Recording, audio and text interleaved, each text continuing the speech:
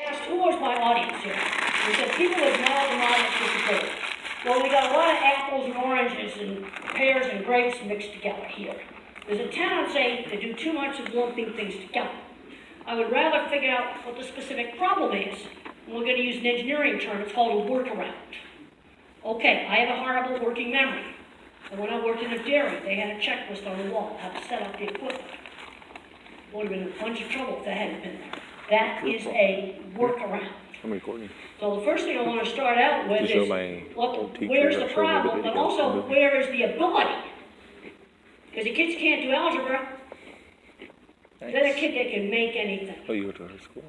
They can just figure out, just invent all kinds of really clever mechanical engineering. That is a skill we have lost.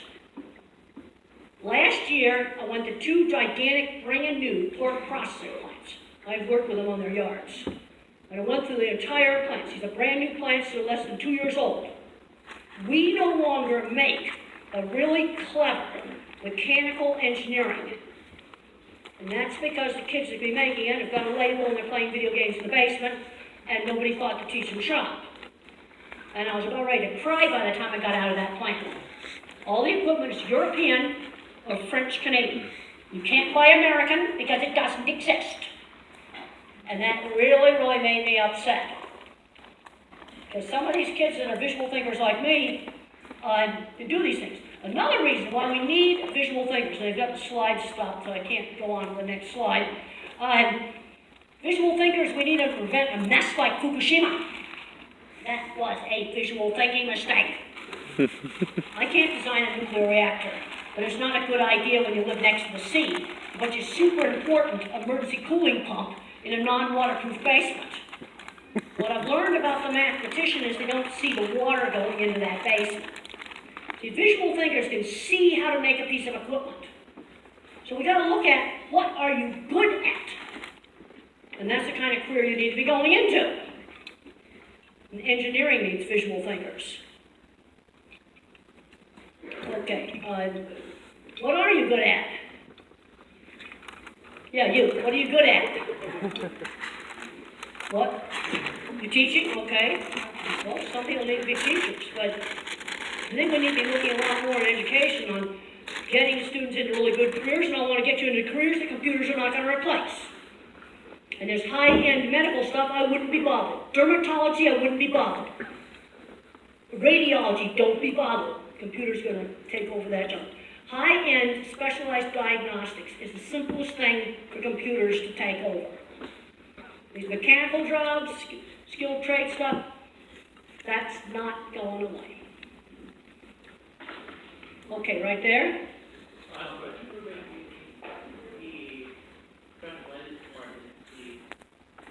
What about the special ed department? Well, actually what I'm finding is the special educators want to get the kids out there and push them.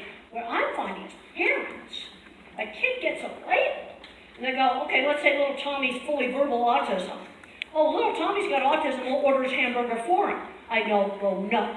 You're going up to that counter and you're going to order it yourself. I'm seeing too much becoming a label. And it's not the special ed teachers that are doing it.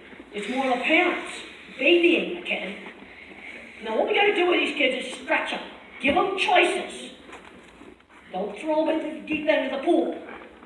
You need to learn how to drive. Now, how do we deal with the working memory issue on learning to drive? I was out on my aunt's ranch, and it was 3 miles up to the mailbox and 3 miles back. I did 200 miles of driving. No traffic before I did traffic. I'm working with much more slowly. You got to get that driving into motor memory. But I'm seeing too many parents just baby a kid to the point they're not learning money. They're not learning shopping.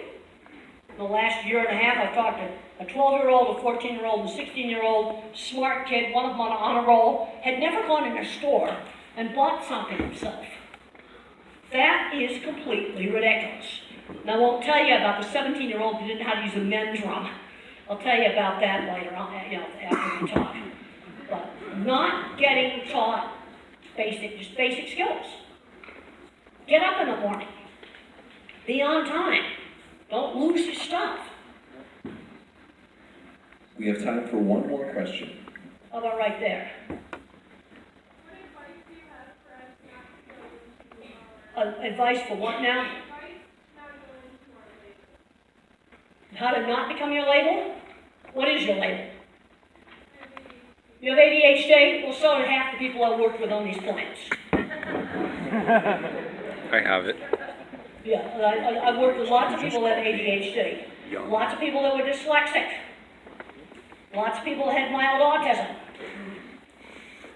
All right, let's start with, what are you good at?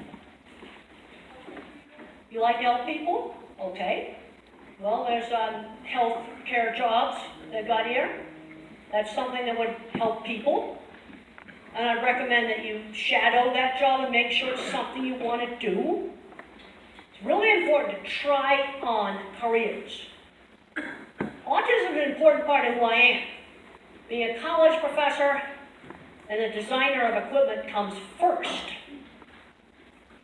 Okay, being a healthcare worker would come first. Don't let it define you. That's the problem. No, there's too much inside the box here. And you may have to do a workaround where you've got a problem. I have working memory issues. Any task that involves a sequence, I have to have a pilot's checklist. And it's not optional for pilots, and I'm going to be on a plane tonight that we're using a checklist. All right, one more super quick one right there. How do you find what you're good at? Find out what you're good at. All right, let's just discuss that. All right, I'm going to start out. What was your best subject in school? Drama. Drama? Okay, theater. That's not going away. That's another job. Theater, music. Computers are not going to replace live theater and music. Did they have a school play at your school? Yes. Did you like being in a school play? I did not participate in the school play. Oh, you didn't? Okay. I did, but they held. Well, the other thing is in theater, there's all the backstage stuff, and they got all these fancy, super fancy electronic lights. I've been in some of the biggest auditoriums. I go check all that stuff out. In fact, when I went to the Emmys and the Golden Globes, I had to check out all the tech stuff behind. How do you turn a boring Hilton hotel into something really cool without putting a single screw or nail into the wall? Well, I found out how they did it. It's pretty cool. So there's all kinds of jobs for things like that. Get out and try stuff. That's what you got to do. And you got some chance to get some little tastes at some of the things today. So what was you liked, obviously I'm not going to go into programming, couldn't do it. I did better on the hardware. Where's the problem in the wiring? Hardware be my thing. Let's just end up on the iPhone. Because the iPhone is a really good example of different minds working together. And they complement each other's skills. Steve Jobs did not know how to program. He was an artist. Artist. That's why your phone's easy to use. Now the mathematically inclined engineers had to make that phone work.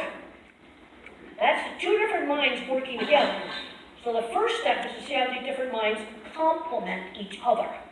Because they do. But the first thing you have to recognize, that they're there. But get out and try stuff. Try on careers. And I'm a big fan of the skilled trades. I work with really smart people, and they're all retiring now.